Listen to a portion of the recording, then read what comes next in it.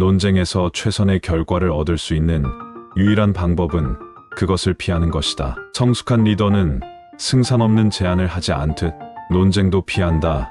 논쟁이란 90%의 감정과 10%의 무의미한 말로 이루어진다. 런던에서 열린 로스 스미스 경을 위한 연회에 참석했을 때의 일입니다. 스미스 경은 제1차 세계대전 중 연합군의 조종사로 용맹을 떨쳤으며 전쟁이 끝난 뒤에는 30일 만에 지구를 반바퀴나 비행하여 전 세계를 놀라게 한 호주 사람입니다. 그러한 비행은 당시로서는 최초의 시도로서 커다란 센세이션을 불러일으켰습니다. 한창 식사를 하던 중 내 옆에 앉아있던 사람이 인간이 어떤 일을 벌이던 간에 그 결과는 신의 손에 달려있다라는 말을 인용하면서 익살스런 이야기를 했습니다. 그러자 그는 흥분해서 말했습니다. 그는 이 인용문이 성경에 나오는 문구라고 말했습니다. 하지만 그는 잘못 알고 있었습니다. 나는 잘난 체하고 싶은 마음에 그의 잘못을 지적했습니다. 그러자 그는 흥분해서 말했습니다. 뭐라고요? 셰익스피어에 나오는 말이라고요?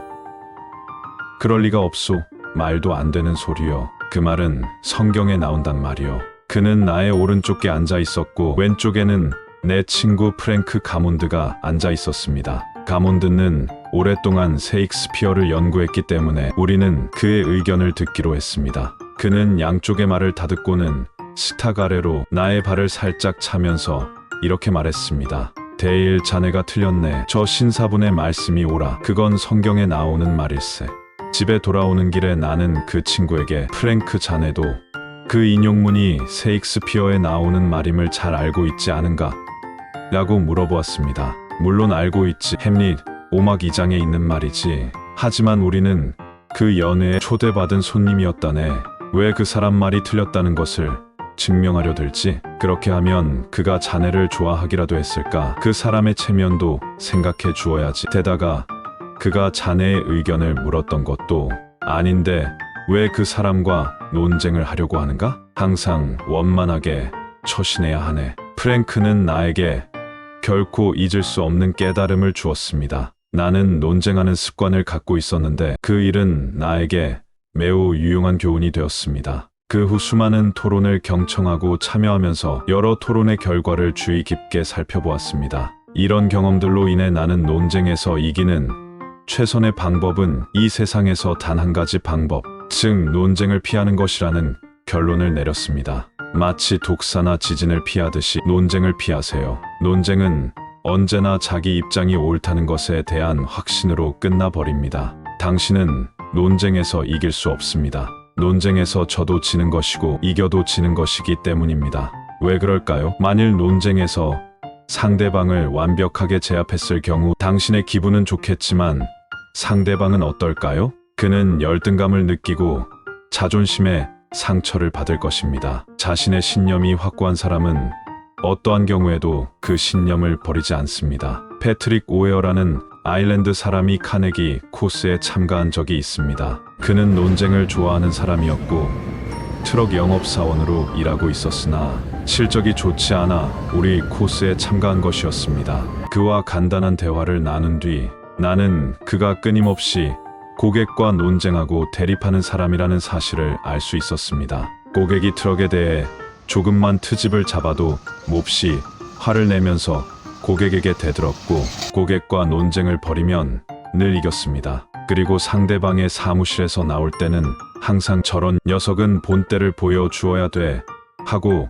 혼잣말로 중얼거렸습니다. 그는 분명히 할 말은 다 했지만 트럭은 한 대도 팔지 못했습니다. 내가 패트리그 오헤어에게 가르쳐야 할 것은 말하는 방법이 아니라 말을 삼가고 논쟁을 피하도록 훈련시키는 일이었습니다. 그는 마침내 뉴욕의 화이터 모터사에서 가장 우수한 실적을 올리는 영업사원이 되었습니다. 어떻게 했을까요? 그의 성공 방법을 들어봅시다. 고객이 화이트 트럭이 좋지 않다고 하면서 후지트 트럭을 사겠다고 말하면 이제는 이렇게 대답합니다. 후지트 트럭은 훌륭합니다. 당신이 후지트 트럭을 사시면 후회하지 않을 겁니다. 후지트 트럭은 훌륭한 회사이고 영업사원도 우수합니다. 제가 이렇게 말하면 고객은 아무 말도 못합니다. 논쟁을 할 여지가 없게 되는 것이죠. 고객이 후지트 트럭이 좋다고 말할 때 제가 그 말에 동의하면 고객은 말을 중단하게 됩니다. 제가 동의했는데도 하루 종일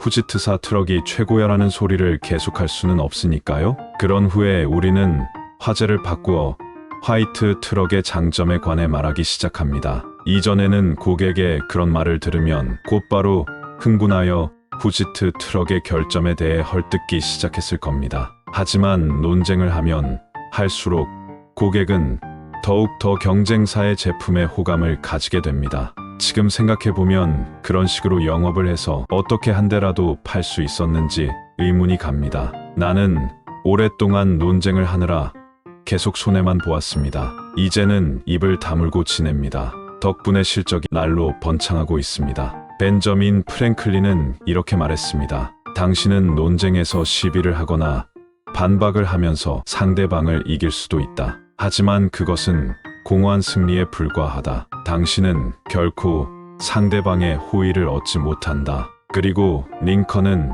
이렇게 말했습니다. 스스로에게 최선을 다하려는 사람은 사사로운 논쟁 따위에 시간을 허비하지 않는다. 당신이 정당한 경우라도 사소한 일에는 양보를 하라. 개와 싸움을 하다가 개에게 물리는 것보다 개에게 길을 비켜주는 것이 현명하다. 개를 죽인다 해도 물린 상처가 아물지는 않는다. 당신은 어떠한가요? 논쟁에서 승리를 원합니까? 아니면 상대방의 호의를 택하겠습니까? 양쪽 모두 가지기는 어렵습니다. 당신이 아무리 옳다고 하더라도 상대방의 마음은 변하지 않습니다. 물론 당신이 틀린 경우에도 마찬가지입니다. 석가모니가 미움은 결코 미움으로 없어지는 것이 아니다. 사랑으로 대할 때 사라진다라고 말한 것처럼 논쟁을 통해서는 결코 오해를 풀 수 없습니다. 논쟁이 아니라 재치나 화해, 그리고 상대방의 입장을 이해하고 공감하려는 마음가짐으로 이야기할 때 비로소 오해는 사라집니다. 오페라 테너 가수인 얀 피어스는 50여 년의 결혼 생활 후에 이렇게 말했습니다. 아내와 나는 오래전에 약속을 하나 했습니다. 아무리 화가 나도 이것만은 지켜왔습니다. 한 사람이 소리 지르면 다른 사람은 무조건 잠자코 듣기로 했죠. 두 사람 다 소리 지르면 대화는 없어지고 소란과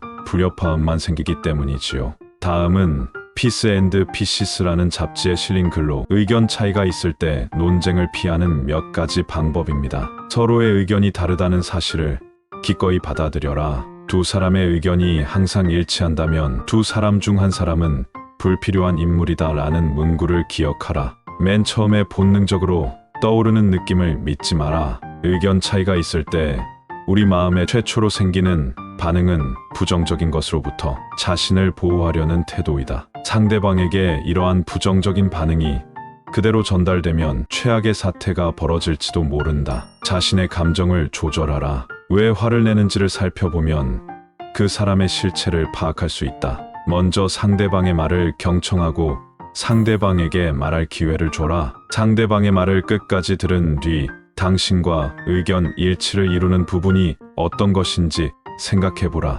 솔직하라. 당신의 실수를 인정하고 실수에 대해서 사과하자. 그러면 상대방은 마음을 누그러뜨리고 논쟁하려는 태도를 바꾸게 될 것이다. 상대방의 생각을 심사숙고하여 신중히 연구 검토하겠다는 약속을 하라. 실제로 그렇게 해야 한다. 왜냐하면 상대방이 옳을지도 모르기 때문에. 상대방의 관심에 대해 진심으로 감사하라. 당신과 논쟁을 벌일 정도라면 당신에게 관심이 있기 때문이다. 이런 사람은 적이 아닌 친구가 될 수 있다. 행동을 뒤로 미뤄라. 문제를 보다 냉철하게 바라보기 위해서는 시간을 가질 필요가 있다. 몇 시간 뒤 혹은 그 다음날 다시 만나자는 제안을 해보아라. 중요한 것은 논쟁에서의 승리가 아니다. 누구도 논쟁에서 결코 승리할 수 없습니다. 논쟁에서 진다면 진 상태로 끝나는 것이고 이긴다고 해도 그것은 결국 지는 것입니다. 논쟁은 상대방에게 열등감을 주고 자존심에